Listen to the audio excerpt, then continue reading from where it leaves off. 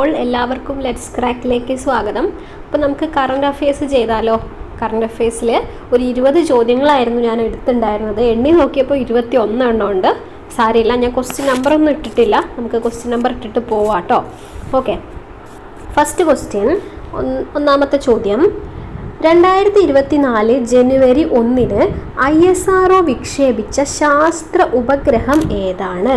2024 ജനുവരി 1 ISRO വിക്ഷേപിച്ച ശാസ്ത്ര ഉപഗ്രഹമാണ് ഏത്? എക്സ്പിയോസാറ്റ്. Option B ആണ്, എക്സ്പിയോസാറ്റ് ആണ്. അതിൻ്റെ ഫുൾ ഫോം എന്താണ്? എക്സ്റേ പൊളാരിമീറ്റർ സാറ്റലൈറ്റ് കേട്ടോ. അതാണ് എക്സ്പിയോന്നോ അങ്ങനെ എന്തോ ആയിരിക്കും എക്സ്പിയോസാറ്റ് എന്ന് പറയുന്നത്. ഓക്കെ, അടുത്ത രണ്ടാമത്തെ ചോദ്യം.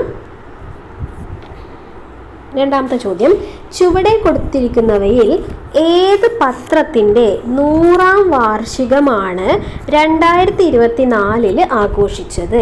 താഴെ കുറച്ച് പത്രങ്ങൾ വന്നിട്ടുണ്ട്. ഇതിലേതോ ഒരു പത്രത്തിൻ്റെ 100ാം വാർഷികം നമ്മൾ 2024 ആഘോഷിച്ചു. അപ്പോൾ നമുക്ക് മനസ്സിലായി 1924 പുറത്തിറങ്ങിയ ഒരു പത്രമാണ്.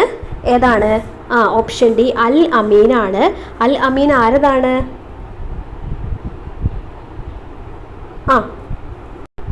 അബ്ദുറഹ്മാൻ സാഹിബിൻ്റെ അല്ലേ, അദ്ദേഹത്തിൻ്റെ പത്രമാണ് അൽ അമീൻ. 1924 എവിടെ നിന്നാണ് പുറത്തിറങ്ങിയത്? കോഴിക്കോട് നിന്നാണ് പുറത്തിറങ്ങിയത്. അപ്പം മീൻ എന്നൊക്കെ നിങ്ങൾ കാണില്ലേ, മീനും ഇറച്ചിയും എന്നൊക്കെ പറയുമ്പോൾ മീന് കോഴി അങ്ങനെ എന്തെങ്കിലും കണക്ട് ചെയ്ത് വെക്കുക. അൽ അമീൻ കോഴിക്കോട് നിന്നാണ് പുറത്തിറങ്ങിയത് 1924. ഓക്കെ, അബ്ദുറഹ്മാൻ സാഹിബിൻ്റെ, മുഹമ്മദ് അബ്ദുറഹ്മാൻ സാഹിബ് കേട്ടോ. അടുത്തത് 12. നിലവിൽ, അതായത് നമ്മുടെ മൂന്നാമത്തെ ചോദ്യം, നിലവിൽ ഇന്ത്യയിൽ ഏറ്റവും കൂടുതൽ റംസാർ സൈറ്റുകളുള്ള സംസ്ഥാനം ഏതാണ്? റംസാർ എന്നൊക്കെ പറയാം. റംസാർ സൈറ്റുകൾ ഉള്ളത് ഏത് സംസ്ഥാനത്താണ്? തമിഴ്നാട്ടിലാണ് കേട്ടോ. തമിഴ്നാട്. ഞാൻ ഗൂഗിൾ നോക്കിയപ്പോൾ 16 എണ്ണം എന്നൊക്കെ കാണിക്കുന്നുണ്ട്. എനിക്ക് ശരിയാണോന്ന് അറിയില്ല. ഗൂഗിളിൽ കാണിച്ചിരിക്കുന്നത് 16 എന്നാണ് കേട്ടോ. അപ്പം റംസാർ സൈറ്റുകൾ ഏറ്റവും കൂടുതലുള്ളത് എവിടെയാണ്? തമിഴ്നാട്ടിലാണ്. ഓക്കെ, നാലാമത്തെ ചോദ്യം. താഴെ കൊടുത്തിരിക്കുന്നവയിൽ ഇതെങ്ങനെ ഇതിനകത്ത് കയറി വന്ന് വിസരണം ഏറ്റവും കുറഞ്ഞ ഞാൻ സ്കിപ്പ് ചെയ്യുക കേട്ടോ. അതെങ്ങനെ ഇതിനകത്ത് വന്നതെന്ന് അറിയില്ല. നാലാമത്തെ ചോദ്യം. ഓക്കെ, ചന്ദ്രൻ്റെ വിദൂര ഭാഗത്തേക്ക് പര്യവേഷണത്തിനായി ചൈന 2024 മേയിൽ വിക്ഷേപിച്ച പേടകം ഏതാണ്? ഇത് നമ്മൾ സയൻസ് ഡിസ്കസ് ചെയ്തപ്പോൾ അതിൻ്റെ കൂട്ടത്തിലുണ്ടായിരുന്നു, എന്നാലും ഇവിടെയും വരട്ടെ. ഏതാണ്? ചാങ്ങെ ആണല്ലേ. ചാങ്ങെ 6 ആണ് ചൈന 2024 മേയിൽ വിക്ഷേപിച്ച പേടകം. ചന്ദ്രൻ്റെ വിദൂര ഭാഗത്തേക്ക് പര്യവേക്ഷണത്തിനായിട്ട് ചൈന വിക്ഷേപിച്ചതാണ് ചാങ്ങെ 6. ഓക്കെ, ഇനി അഞ്ചാമത്തെ ചോദ്യം. ശിവഗിരി മഠത്തിൻ്റെ പ്രഥമ ശ്രീനാരായണ സമഗ്ര സംഭാവന പുരസ്കാരം നേടിയതാരാണ്? പ്രഥമ ശ്രീനാരായണ സമഗ്ര സംഭാവന പുരസ്കാരം നേടിയത് ശ്രീനാരായണ ഗുരുവിന് ഏറ്റവും പ്രിയപ്പെട്ടത് ആള് എന്നെങ്ങാനും ഓർത്ത് വയ്ക്കുക. അപ്പോൾ ജി പ്രിയദർശൻ എന്ന് കിട്ടും. Okay, G Priyadarshan. ഓക്കെ, ഇനി ആറാമത്തെ ചോദ്യം. എൻ്റെ ക്വസ്റ്റ്യൻ നമ്പർ തെറ്റുന്നുണ്ടെങ്കിൽ നിങ്ങൾ ക്ഷമിക്കണേ, ക്വസ്റ്റ്യൻ നമ്പർ ഇടാത്തതുകൊണ്ടേ. ആറാമത്തെ ചോദ്യം. 2023 ലോകത്തെ ഏറ്റവും സമ്പന്ന നഗരമായി തിരഞ്ഞെടുക്കപ്പെട്ടത് ഏത്? ലോകത്തെ ഏറ്റവും സമ്പന്ന നഗരം 2023 ഏതാണ്? അതെ, ന്യൂയോർക്ക് സിറ്റിയാണ്. അപ്പോൾ യൂറോ എന്നൊക്കെ നമ്മൾ പറയില്ലേ പൈസയ്ക്ക്, യൂറോ. അപ്പം യൂറോ പുതിയ പണമൊക്കെ വന്നിട്ടുണ്ട്. അപ്പം യൂറോ എങ്ങനെ ഓർത്ത് വയ്ക്കുക? ന്യൂയോർക്ക് സിറ്റി കിട്ടും. ലോകത്തെ ഏറ്റവും സമ്പന്ന നഗരമായി തിരഞ്ഞെടുക്കപ്പെട്ടത് ന്യൂയോർക്ക് സിറ്റിയാണ്. ഇനി ഏഴാമത്തെ ചോദ്യത്തിലേക്ക് എത്തി. കാനഡയിലെ ഗ്ലോബൽ ടൂറിസം ചലച്ചിത്രമേളയിലേക്ക് തിരഞ്ഞെടുക്കപ്പെട്ട ഇന്ത്യൻ ചലച്ചിത്രമായ കുമാരി. അറിയാലോ കുമാരി. ആ സിനിമയിൽ കുമാരി എന്ന പ്രധാന കഥാപാത്രം, കുമാരി എന്നാണോ പേരെന്ന് എനിക്കറിയില്ല, പ്രധാന കഥാപാത്രത്തെ അവതരിപ്പിച്ച മലയാളം നടി ആരാണ്? കുറച്ച് എളുപ്പമുള്ള ചോദ്യമായില്ലേ. ആരാണ്? ഓപ്ഷൻ ബി, ഐശ്വര്യലക്ഷ്മിയാണ്. ഐശ്വര്യലക്ഷ്മിയാണല്ലോ കുമാരി സിനിമയിൽ പ്രധാന കഥാപാത്രത്തെ അവതരിപ്പിച്ചത്. അതെ. ഇനി എട്ടാമത്തെ ചോദ്യമാണ്.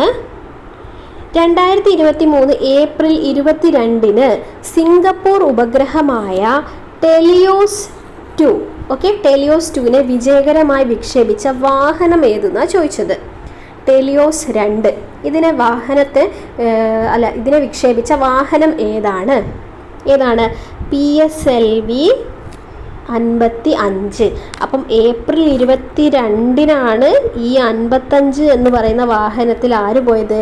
ടെലിയോസ് 2 പോയത്. എന്താണ്? ഏപ്രിൽ 22-നാണ് ഈ PSLV 55 എന്ന വാഹനത്തിൽ ടെലിയോസ് 2 പോയത്.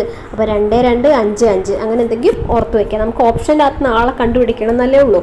ഓക്കെ, PSLV 55 എന്ന് പറയുന്ന വാഹനത്തിലാണ് ഇതിനെ വിക്ഷേപിച്ചത് കേട്ടോ. ഓക്കെ, ഇനി 9ാമത്തെ ചോദ്യമല്ലേ? 9ാമത്തെ ചോദ്യമാണ്, ഏഷ്യയിലെ ഏറ്റവും നീളം കൂടിയ underwater hydrocarbon pipeline എന്താണ്? Underwater hydrocarbon pipeline സ്ഥാപിച്ചത് ഏത് നദിയുടെ അടിയിലൂടെയാണ്?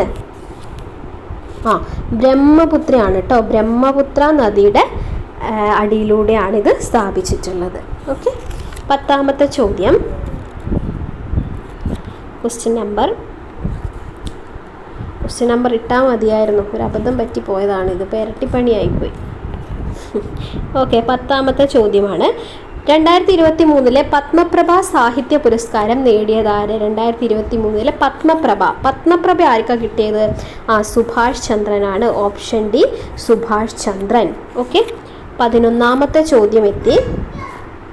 Question number 11. ഓക്കെ, അടുത്തിടെ പൊതുജനങ്ങൾക്ക് കാണാനായി പ്രദർശിപ്പിച്ച പാഴ്സി ലേഡി ഏത് ചിത്രകാരൻ്റെ പൂർത്തിയാവാത്ത പെയിൻറ്റിംഗ് ആണ്? പാഴ്സി ലേഡി